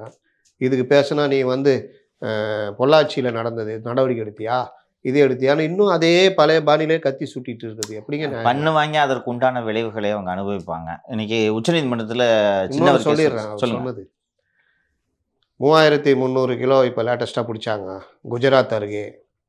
பெரும்பாலும் குஜராத் கட்சி அந்த இதில் தான் பிடிக்கிறாங்க அப்படின்னு இவங்க ஒரு இன்னும் மேலோக்கமாக சொல்லிட்டு போகிறாங்க. இன்றைக்கி இவர் மாற்றுறதே டெல்லியிலேருந்து தான் மாட்டுறாரு. தமிழகத்தை சேர்ந்த சாதிக் பாட்சா கிங் பென் டெல்லியில் தான் மாட்டுறாங்க. டெல்லியில் மாட்டினதால கெஜ்ரிவால் இதுக்கு பொறுப்புன்னு ஆக முடியுமா? நல்லா இருக்குது அது. உத்தரப்பிரதேசில் அதிகமாக பிடிச்சன்றதாக ஏங்க அந்த கன்சைன்மெண்ட்டை பிடிச்ச டெபுட்டி டைரக்டர் ஆப்ரேஷன்ஸ் தான் தெளிவாக சொல்கிறாரு. இந்த கன்சைன்மெண்ட்டு காலையில் 5லேருந்து 7 மணிக்குள்ளே தமிழ்நாடு பக்கத்தில் போட்டில் அன்லோடு பண்ணுறதுக்குன்னு சொல்கிறாரு. அப்புறம் எப்படி அதை குஜராத்தில் போய் இது பண்ணுறீங்க? ரெண்டாவது கராச்சியிலேருந்து இப்படி வந்தால் கட்சி அந்த துறைமுகம் தான் வரும். நீங்கள் சாதாரணமாகவே என்சிபியில் சொல்கிறது இந்த அரபிக்கடல் வழியாக குஜராத்துக்கு வந்து குஜராத்தில் நிலப்பரப்பு வழியாக கொண்டு வராங்க. குஜராத்தில் தான் அதிகம் பிடிச்சாங்க, குஜராத்தில் தான் அதிகம் பிடிச்சாங்கன்னா அதுதானங்க வழி. அப்போ அது வழி சரிங்க. குஜராத்தில் பிடிக்கிறாங்க, அது பிஜேபி ஆள்ற மாடலாம், அது அப்படி இருக்குது. நீ ஒழுங்காக பிடிக்க வேண்டியதானே? நீ என்ன பண்ணிட்டு இருந்த? இவனை எப்படி கட்சியில் பொறுப்பில் வச்சுருந்தாங்களா? இத்தனை வருஷம் இவனுடைய சரித்திரம் பார்த்தா சிம்பிளா சொல்றேன். இன்னைக்கு டெல்லியில சாதிக்க பிடிக்கலன்னா நீங்க கண்டுபிடிச்சு நீக்கிருப்பீங்க. நல்லா நீக்குவாங்க. 2013ல இருந்து எவ்வளவு பணம் கொடுத்தாலும் வாங்கி வாங்கி தானே உள்ள போட்டுக்கிட்டு இருந்தீங்க. யார் கேட்டாலும் கொடுத்துருக்க அப்படி சாதிக்க பணம். ஏன்னா அவ்வளோ பணம் இருந்திருக்கு சாதிக்கிட்ட. இன்னைக்கு சென்னையில் அந்த மகேஷ்குமார் அகர்வாலுக்கும் சரி 4 ஜாயின்ட் கமிஷனரும் சரி தைரியம் இருந்தால் சென்னையில் இந்த வெள்ளி சனி ஞாயிறு பார்களில் சோதனையில் தைரியம் இருக்கா? நல்லா எவ்வளோ மாத்திரைகள் எவ்வளோ ஒரு நாள் நடக்காதுங்க. இவங்க ஆளுங்க தானங்க பார்ஸே நடத்துறது. ஒரு பார் நடத்துகிற எல்லாம் பணக்காரனாக இருப்பான். 4 ஐபிஎஸ் ஆஃபீஸரை தெரியும், இந்த சின்ன ஒரு டீமில் 4 பேரை தெரியும். ஏன்னா இவங்கெல்லாம் அந்த பாரை விசிட் பண்ணுறவங்க. எப்படி நடவடிக்கை எடுப்பாங்க? அப்புறம் போதை மருந்துக்கு எதிராக நீங்கள் என்ன பண்ண முடியும்? அப்படிதான். இதுதான் இன்னைக்கு யதார்த்தம். இன்னைக்கு மாட்டிக்கிட்டாங்க, முழிக்கிறாங்க, அவ்வளோதான். சரி, உதயநிதி கேஸ் என்னாச்சு சுப்ரீம் கோர்ட்டில்? அதாவது செந்தில் பாலாஜி கேஸில் போய் சர்டிஃபிகேட் வாங்கிட்டு வருவாங்க தெரியுமா? பொன்முடி கூட போய் வாங்கிட்டு வந்தார் ஆனந்த வெங்கடேஷ் எதிராக. ஆனந்த வெங்கடேஷ் எங்களுக்கு கிடைத்த வரம் அப்படின்லாம் சர்டிஃபிகேட் வாங்கிட்டு வந்து அந்த மாதிரி இவர் சனாதனம் நினச்சிட்டாரு. இவர் என்னமோ இங்கே பேசிட்டா இது பண்ணிடலான்னு அது இந்தியா கூட்டணிக்கு எவ்வளோ பெரிய பாதிப்பு உண்டு பண்ணிச்சுன்னு தெரியும். திருப்பி இது நியூஸ் ஆகிடுச்சு பாருங்க. அதை தான் சொல்கிறேன். எலெக்ஷன் டைமில் இன்னுமே போய் போகும் சார். இவர் பேசுனதுக்கு கோர்ட்டில் கேஸ் போட்டாங்க, 4-5 கோர்ட்டில் போட்டிருக்காங்க. ஹைகோர்ட்டுகள் தான் இவர் எல்லாவற்றையும் ஒருங்கிணைந்து உச்சநீதிமன்றம் விசாரிக்கணும். இல்லை ஏதாவது ஒரு மாநிலத்தில் நீதிமன்றம் அப்படின்ட்டு தான் கேட்டாங்க. ஏதோ கிளப் பண்ணுங்க, இது பண்ண கிளப் பண்ணிட்டு இன்வெஸ்டிகேஷன் ஸ்டேவும் கேட்டாங்கன்னு நினைக்கிறேன். போனாங்க, உச்சநீதிமன்றம் வச்சு செஞ்சு விட்டாங்க. நீ வந்து யார் சாதாரண ஆளா? நீங்கள் ஒரு அமைச்சர். உங்களுடைய பேச்சு எந்த அளவுக்கு பின்விளைவுகளை உண்டு பண்ணணும்னு உங்களுக்கு தெரியாதா? நீங்கள் வாட்டில் எனக்கு என்னென்னு பேசிட்டு இந்த மாதிரி வந்து இது ரொம்ப சாதாரணமாக எல்லாத்தையும் ஒருங்கிணைச்சி பண்ணணும்னு வந்து நிற்கிறீங்க. நோ, அந்தந்த கோர்ட்டில் போய் அட்டன் பண்ணி நிவாரணம் வாங்குங்க. அதில் ஏதாவது பிரச்சனை வந்தால் இங்கே வாங்க, வேறு எதுவும் கிடையாது. உனக்குலாம் வந்து எப்படி நீங்கள் இதெல்லாம் பேசுகிறீங்க அப்படின்னு கேட்டு கண்டிச்சு அனுப்பிச்சிருக்காங்க. இவங்க போனது பெண்டிங்காக வச்சுருக்காங்க. அங்கே போனது வந்து கிளப் பண்ணி குவாஷ் பண்ணிவிட்டு எல்லாத்தையும் ஸ்டே பண்ணிடலாம் அப்படின்ட்டு வேறு ஏதோ ஒரு கேஸில் நுபுர் சர்மாவுக்கு போட்ட கேஸோ இன்னும் 2-3 கேஸில் இந்த மாதிரி கிளப் பண்ணியிருக்காங்க. சரி எல்லாத்தையும் ஒன்றா சேர்த்து ஒரு இடத்துல பாருங்கப்பா அப்படின்லாம் நுபுர் சொல்லுவாங்க. சர்மா மினிஸ்டரா? இதில் தான் ஆர்டிக்கல் 19 and 25 தவறாக பயன்படுத்தி பொது ஊழியர் நீங்கள் ஒரு மந்திரிங்க என்ன பேசுகிறோன்றது உங்களுக்கு தெரியாதா, இஷ்டத்துக்கு பேசுவீங்களா அப்படின்னு சொல்லிட்டு எந்த ரிலீஃபும் கொடுக்காம தள்ளி போயிட்டாங்க. அப்புறம் இவர் அபிஷேக் மனு சிங்வி அவர்கள் பாருங்கள், நாங்கள் ஃபேஸ் பண்ணுறோம், நாங்கள் இப்போ ஃபேஸ் பண்ணுறதை பற்றி எங்களுக்கு ஒன்றும் அச்சம் இல்லை, வருத்தம் இல்லை, நாங்கள் ஃபேஸ் பண்ணுறோம். ஆனால் ஒவ்வொரு ஸ்டேட்டில் இருக்குது, அதை ஒன்றா சேர்த்து ஒரு இடத்துல விசாரிக்கின்ற ப்ரேயர் தான் இங்கே இருக்குது, அதை கிராண்ட் பண்ணுங்கன்னு சொல்லுவோம். அதையும் முடியாதுன்ட்டாங்க, நீ தனித்தனி கோர்ட்டுக்கு போன்ட்டாங்க. அந்தந்த கோர்ட்டுக்கு எல்லாம் ஹை கோர்ட்டு தானே போவாங்க. அப்புறம் அவர் மிஸ்டர் சிங்வி வந்து ரொம்ப சின்சியராக ப்ளீடு பண்ண உடனே வெள்ளிக்கிழமைக்கு இந்த வழக்கு, அதாவது ஒன்றா சேர்க்கலாமா எல்லா கேஸைன்றதை தள்ளி வச்சுருக்காங்க. சுப்ரீம் கோர்ட்டோட மூடு என்னென்னா, பேசினல ஒரு ஸ்டேட்டாக போ தான் மூடு. இது இப்போ என்ன திமுகவுக்கு என்ன சிக்கல்னா, மீண்டும் மீண்டும் இந்த சனாதனம் செய்தியில் இருக்கும். சுப்ரீம் கோர்ட் இந்த observations it's a news, national media report பண்ணும். இப்போ பெருசாக பண்ணுவாங்க. அது பிஜேபியோட வேலையா இல்லையா? வேறு எதுக்கு உட்காந்துருக்காங்க? ஆட்சியோட சாதனை சொல்லி ஓட்டு கேட்குறதா பிஜேபியோட ஸ்டைலு? ஐயோயோ மதத்தை புண்படுத்திட்டான் அப்படின்னு நம்ம ஏற்கனவே இது சம்மந்தமாக பேசும்போது நம்ம பேசியிருக்கோம். திருமாவளவன் பேசலாம், சுபவீர பாண்டியன் பேசலாம், கி வீரமணி பேசலாம், அவங்களுக்கு பெரிய ஸ்டேக்ஸ் இல்லை. நீங்கள் திமுக நீங்கள் என்ன பேசுகிறீங்க, உங்களை டார்கெட் பண்ணுன்றதுக்காக தான் உங்களோட எதிரி முகாம் இதே வேலையாக ஒரு பெரிய இந்தியாவை பூரா வார் ரூமை போட்டு உட்காந்துருக்கு. எப்போ சிக்குவாங்கன்னு 2 வருஷம் 3 வருஷம் முன்னாடி நடந்ததெல்லாம் எடுத்து போட்டு திருப்பி இப்போ ரீசெண்டாக வைரல் ஆக்கவங்க தெரியுமா? இது இவங்க ஸ்டைலு தான் நடந்திருக்கு. இப்போது கேஸ் ஃபஸ்ட்டு இன்னொன்று, இந்த கேஸில் எல்லாம் பீகாரில் எஃப்ஐஆர் போட்டு உதயநிதியை கன்விக்ட் பண்ண முடியாதுன்னு போட்டவங்களுக்கு தெரியாதா? நோக்கம் என்ன? எலெக்ஷன் வரைக்கும் பிரச்சாரம், இந்து மதத்தை அழிக்கணும்னு சொல்கிறாங்க. அவங்க காங்கிரஸ் கூட்டணியில் இருக்காங்க. இவ்வளோ தான். காங்கிரஸ் இதை எப்படி பார்க்கும்? எப்படியாவது ஏடிஎம்கே போகலாமான்னு பார்க்கணும். அதுவும் நான் கோர்ட்டு மேட்ரு இன்னொன்று சொல்லிடுறேன். இன்றைக்கி ஒரு செந்தில் பாலாஜி டிஸ்சார்ஜ் கேட்டிருக்காருல, டிஸ்சார்ஜ் பெட்டிஷனில் இடி கவுண்டர் இன்றைக்கி ஃபைல் பண்ணிட்டாங்க. இடி தரப்பில் பதில் மனு, அவர் டிஸ்சார்ஜ் பண்ணக்கூடாதுன்னு பதில் மனு தாக்கல் செஞ்சுட்டாங்க. அண்டு 11/3 அன்னைக்கு நாங்கள் ஆர்கியூ பண்ணுறோன்ட்டு செந்தில் பாலாஜி தரப்பில் நீதிமன்றத்தில் வாதம் எடுத்து வைக்கப்படுகிறது. அதுக்கு உங்கள் செஷன்ஸ் ஜட்ஜு திருமதி அல்லி அவர்கள் உயர்நீதிமன்றம் என்னை டே டு டே நடத்தணும்னு உத்தரவு போட்டுருக்கு. ஜஸ்டிஸ் ஆனந்த் வெங்கடேஷோட இது உத்தரவு போட்டிருக்கு. அவ்வளோ அட்ஜென்ட்மெண்ட்லாம் என்னால் தர முடியாது, 6/3 அன்னைக்கு போடுறோன்ட்டு இந்த வழக்கு செந்தில் பாலாஜியோட டிஸ்சார்ஜ் பெட்டிஷன் 6/3 அன்னைக்கு தள்ளி போயிருக்கு. செந்தில் பாலாஜி மேலே அந்த ஜாப் ராக்கெட் கேஸ் நடக்குது இல்லை, எம்எல்ஏ எம்பி ஸ்பெஷல் கோர்ட்டில், அங்கே தான் இன்றைக்கி என்ன நடந்துச்சுன்றதை பார்க்கணும், ரொம்ப முக்கியம். செந்தில் பாலாஜியை காப்பாற்றுறதுக்காக சட்டத்தை வளைப்பதற்கும் அந்த விசாரணையையே நீர்த்து போக செய்வதற்கும் முடக்குவதற்கும் எல்லா வேலைகளையும் இன்றும் திமுக அரசு செய்து கொண்டு இருக்கிறது அப்படின்றதுக்கான உதாரணம் தான் இன்றைக்கி ஸ்பெஷல் கோர்ட்டில் நடந்தது. நீங்கள் ஏற்கனவே சொல்லிருக்கீங்க, சாங்ஷன் திருநாடு இங்கே முடிஞ்சு போச்சு. இப்போது அங்கே அதில் செந்தில் பாலாஜி மற்றும் அசோக்கை தவிர்த்து டிரான்ஸ்போர்ட் கார்பரேஷனோட மேனேஜிங் டைரக்டர், ஜெனரல் மேனேஜர், ஏஇஸ் இது மாதிரி நிறைய பதவி இருக்குது. அவர்கள் மீது வழக்கு தொடுப்பதற்கு அரசு அனுமதி தரணும். யார் இந்த இடத்துல அனுமதி தர வேண்டும் என்றால் transport commissioner or secretary. Okay, எவ்வளோ நேரம் முத்தலீஃப் ஆகும் சாங்ஷன் வாங்குறதுக்கு? ஒரு நாள், அதிகபட்சம் ஒரு நாள். இன்னொரு விஷயத்தையும் சொல்லிடுறேன், சாங்ஷன் ஆர்டரை ஃப்ரெஷ்ஷாக அந்த சாங்ஷனிங் ஏஜென்சி தயார்படுறதுனா லேட் ஆகும், தப்பாக கொடுத்துருவாங்க, பிரச்சனை ஆகிடுன்னு சொல்லிட்டு எந்த ஏஜென்சி ப்ராசிக்யூட் பண்ணுதோ அந்த ஏஜென்சியை டிராஃப்ட் சாங்ஷன் ஆர்டர்னு மாடல் சாங்ஷன் ஆர்டரை அனுப்பிச்சு விட்ருவாங்க.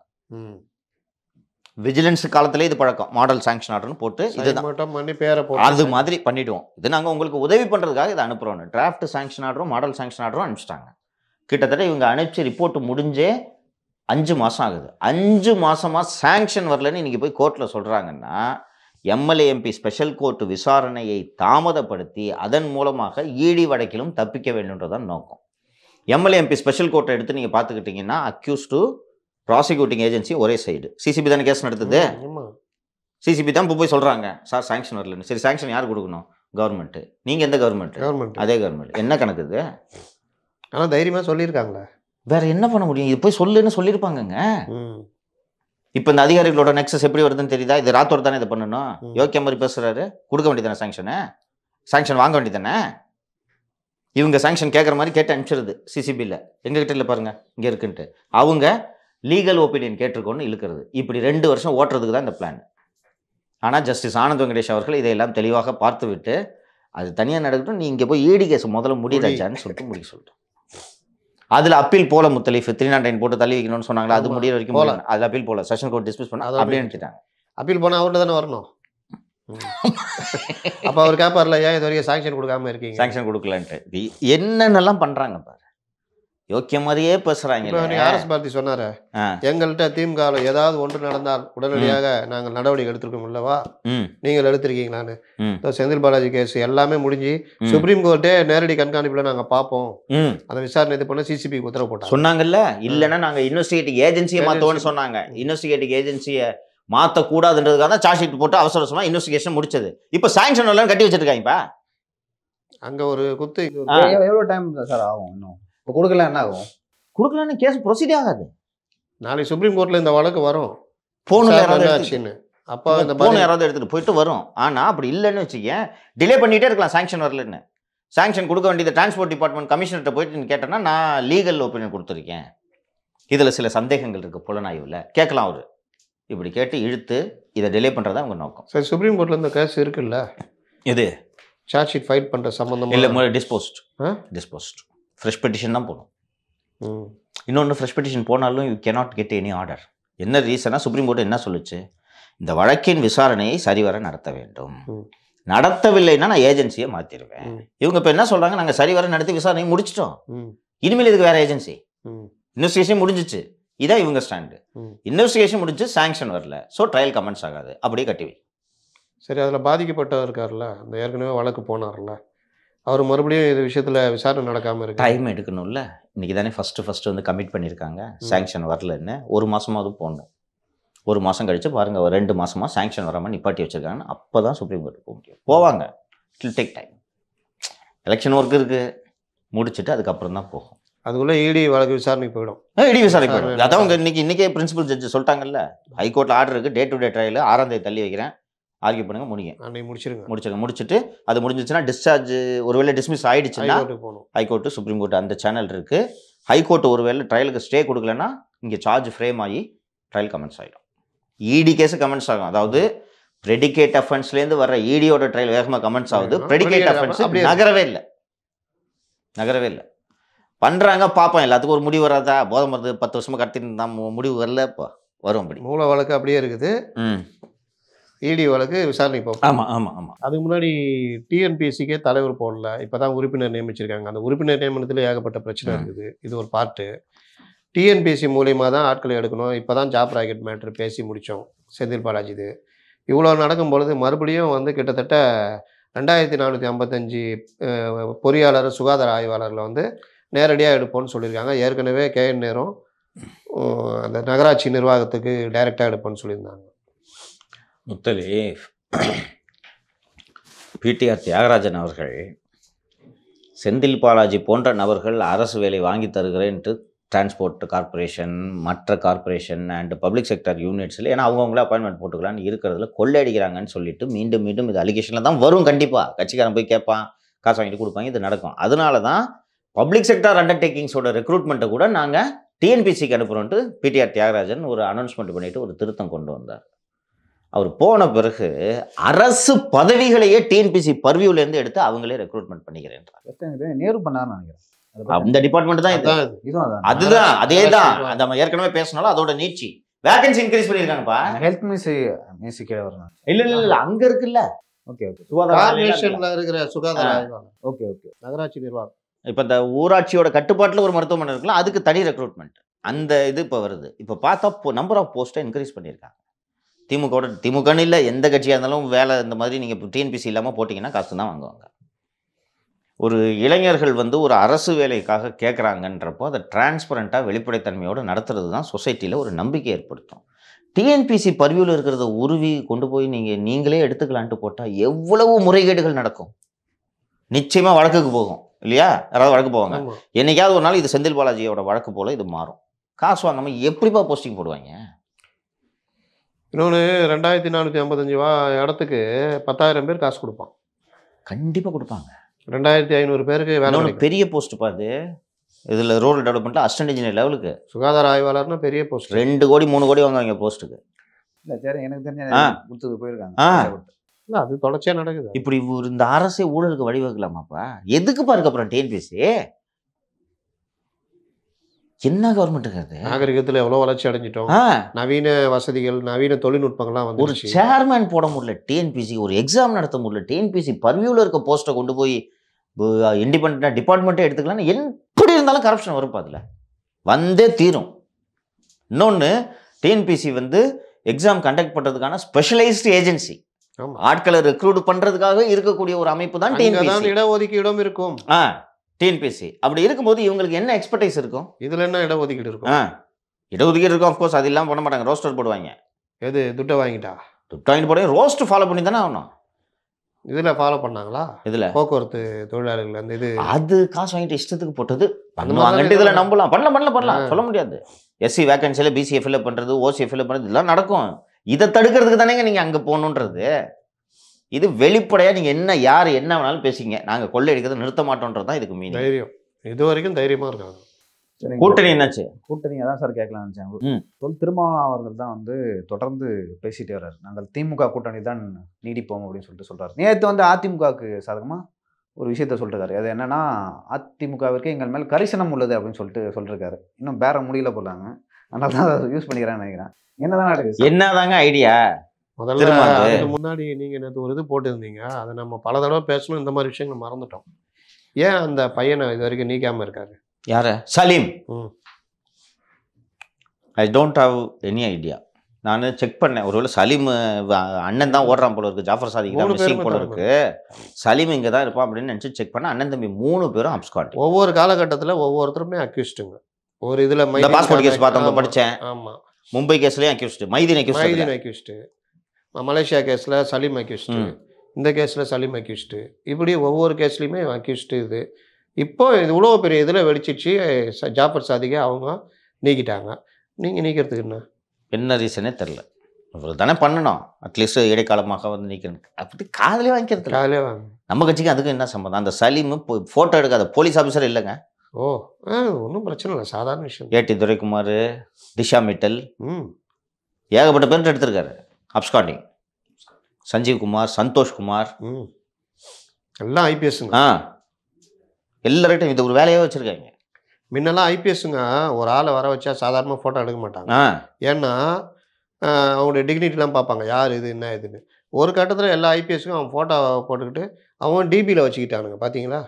ஒரு பத்திரிகையில் இப்படி தான் ஃபோட்டோ எடுத்து, கமிஷனர் ஜிவால் தான் ஃபோட்டோ எடுத்து டிபியில் வச்சுக்கிட்டு இன்னொரு ஜேசிட்ட ஒரு பெரிய கான்ட்ராக்டில் ஏமாற்றிட்டாப்புல. அந்த ஜேசி நடவடிக்கை எடுக்க பயப்படுறாப்புல. என்ன பண்ணுறதுன்னு தெரிலங்க. என்ன அவன் டிபி வச்சுக்கிறாங்க, கமிஷனர் கூட நிற்கிறாங்க. தெரியுதா எப்படி? ஜாஃபர் சாதிக்கு ஃபோன் எடுத்து பார்த்தோன்னா ஜிவால் கூட இருக்கிறத டிபியில் வச்சிருப்பார். இருக்கும். அவரோட பெரிய ஆள் சிஎம் இருக்காராங்க, சிஎம் கூட நிற்க, சின்னவர் கூட நிற்கிறதுலாம் இருக்குதாங்க.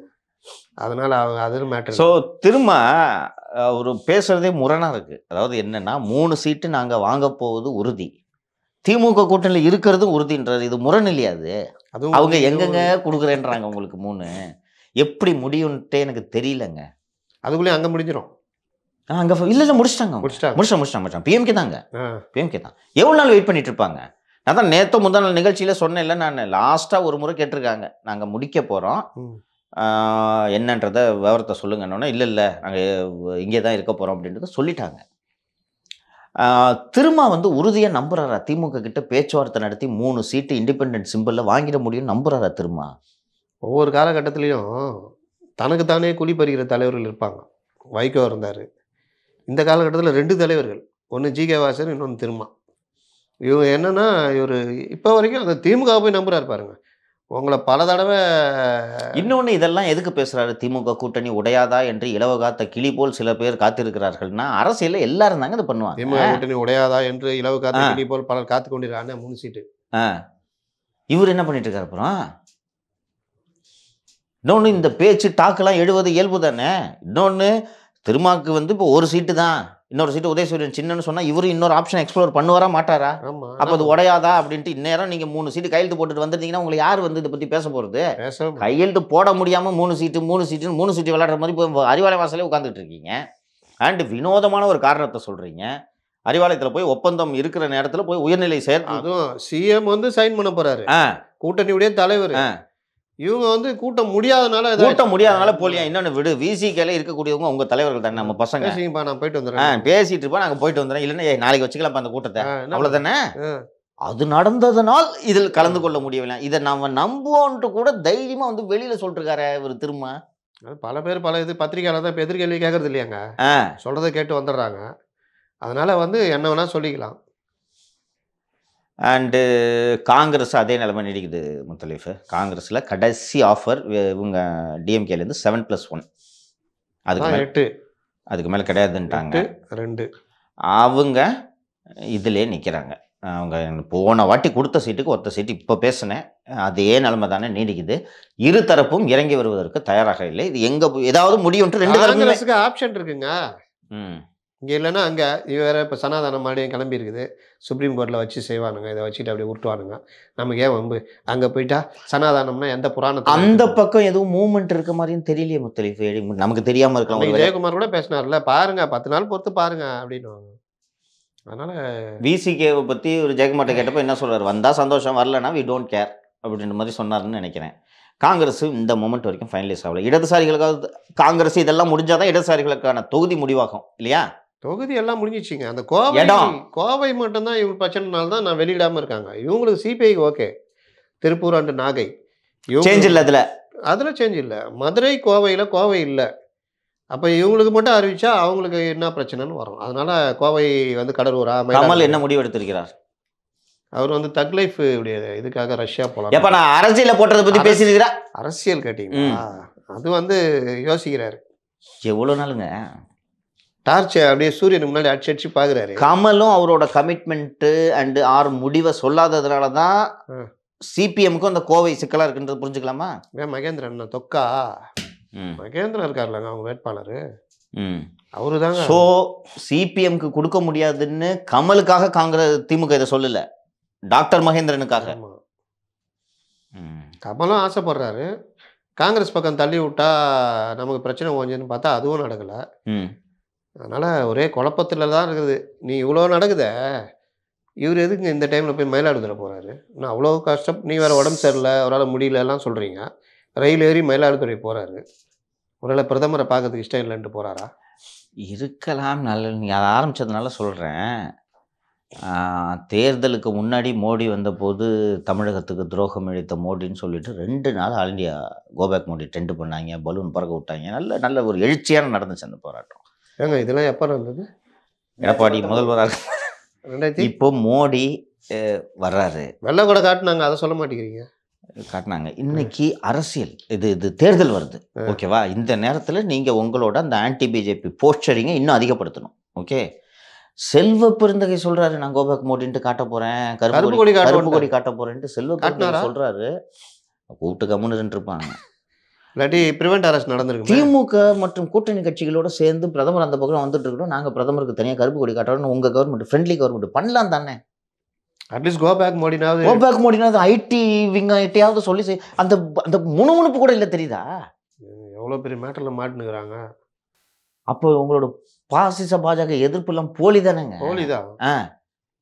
நீங்கள் அவங்கள போய் அவங்க ரகசிய கூட்டணி வச்சுருக்காங்கன்னு ஏடிஎம்கே பார்த்து சொல்லிட்டு இருக்கீங்க. யார் ரகசிய கூட்டணி வச்சுருக்குது? நான் இந்த மற்ற சிக்கல்கள் எல்லாம் விடுங்க.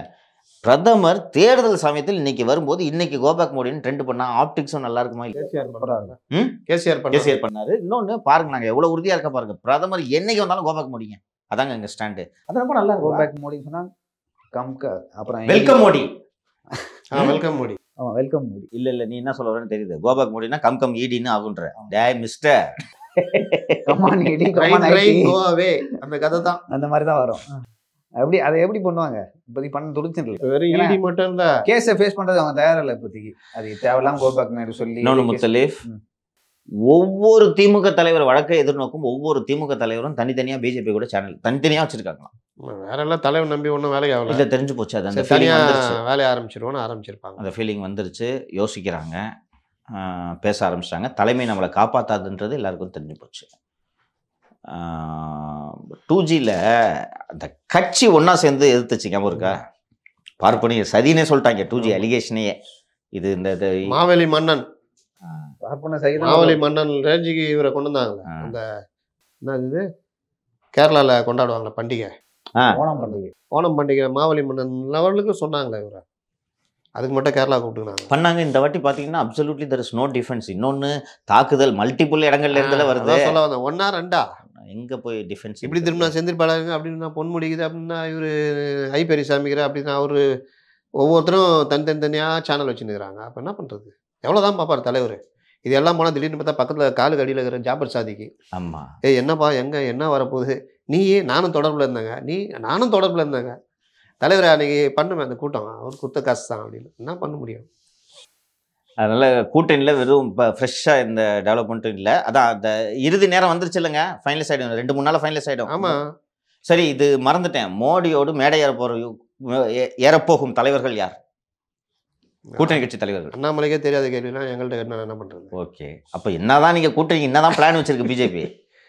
மறுபடியும் ஜிகே வாசனை ஏற்றுவாங்க, ஜான் பாண்டியன் ஏற்றுவாங்க, பாரிவேந்தரை ஏற்றுவாங்க, வேறு யார் இருக்கா? ஏசி சண்முகம், தேவநாதன் யாதவ், இவங்கெல்லாம் பழைய நிலைவு தோணுங்கள் தானே. அவங்களாம் இதுங்க.